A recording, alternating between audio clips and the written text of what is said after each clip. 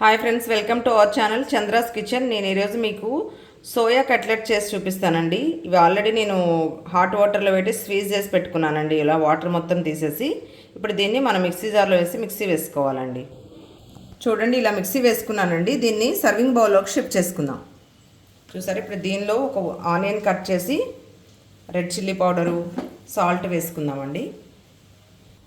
చూడండి ఫ్రెండ్స్, ఇప్పుడు మనం చిటికెడు పసుపు వేసుకుందామండి. జీరా వేసుకుందాం. పసుపు ఆల్రెడీ వేసాను, జీరా వేసుకుందాం. టేస్ట్కి సరిపడా సాల్ట్ వేసుకుందామండి. ఒకసారి చెప్తున్నాను, అది మీరు కొంచెం ఎక్కువ తినే వాళ్ళైతే ఎక్కువ వేసుకోవచ్చు. రెడ్ చిల్లీ పౌడర్, నేను గ్రీన్ చిల్లీ వేసుకోవట్లేదండి, అవి కూడా హాఫ్ ఇది హాఫ్ వేసుకోవచ్చు. నేను కంప్లీట్గా రెడ్ చిల్లీనే వేసుకుంటున్నాను. దీనిలో కొంచెము మసాలా వేద్దామండి, గరం మసాలా.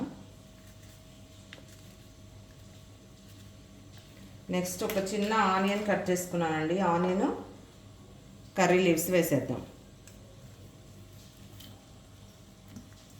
ఇవి కూడా మొత్తం మిక్స్ చేసేసేయాలండి. చూడండి, మొత్తం ఇలా మిక్స్ చేసేసేసానండి. ఇప్పుడు మనం కట్లెట్ షేప్ చేసేసుకుందాం. చూడండి, ఇలా చేసేసుకొని మనం హ్యాండ్ మీద పెట్టి ఇలా ప్రెస్ చేసుకుంటే సరిపోతుందండి. ఏమన్నా పగుళ్ళు వస్తే ఇలా అనేసుకుంటే అన్నీ ఇలానే చేసి పెట్టేసుకుందామండి ప్లేట్లో. చూడండి, అన్నీ ఇలా చేసి పెట్టేసుకున్నానండి. ఇప్పుడు నేను కొంచెం బియ్యపిండి తీసుకొని దాంట్లో వాటర్ మిక్స్ చేసి ఇవి డిప్ చేయాలండి. అది చూపిస్తాను ప్రాసెస్.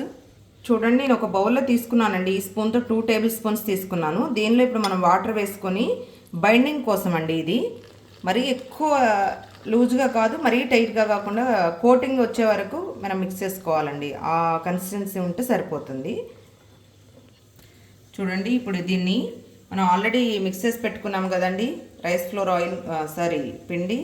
దీన్ని ఇలా డిప్ చేసుకొని, ఇది ఓట్స్ అండి, ఓట్స్లో ఇలా కోట్ చేసుకొని దీన్ని ఇప్పుడు మనం ఆయిల్లో వేసుకోవాలండి.